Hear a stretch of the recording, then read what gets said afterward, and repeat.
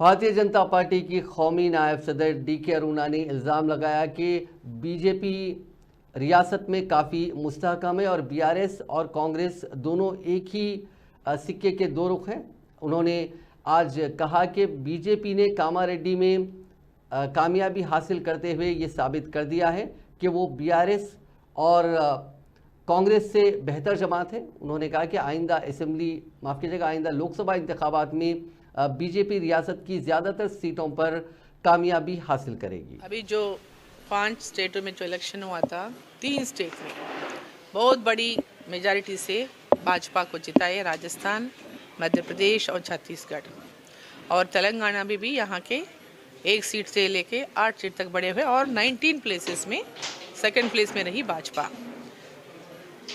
अभी लोगों में इससे साबित होता है कि 3 स्टेट में या लोगों में नरेंद्र मोदी जी के चरिश्मा दिन ब दिन बढ़ते जा रहा है।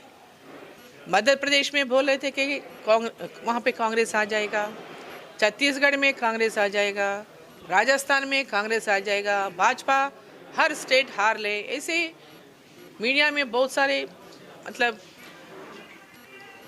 जितना प्रचार हुआ तो उससे अभी साबित हुआ कि 3 स्टेट में बहुत बड़ी बहुमत से भाजपा जब गवर्नमेंट में बनाई तो इससे जाहिर होता है कि देश में लोग जो है ना डेवलपमेंट के बारे में सोच रहे हैं और नेशनलिज्म के बारे में सोच रहे हैं। आज युवा भी अपने फ्यूचर के बाद में सोच रहे हैं।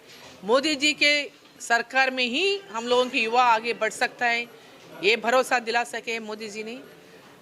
आगे अभी तेलंगाना में वही इमीडिएटली अभी 2-3 महीने में या 4 महीने में पार्लियामेंट इलेक्शन होने वाला है, मार्च या अप्रैल में। नेक्स्ट इलेक्शन में यहाँ तेलंगाना में भी हाईएस्ट सीट्स भाजपा को यहाँ पार्लियामेंट सीट्स मिलेंगे।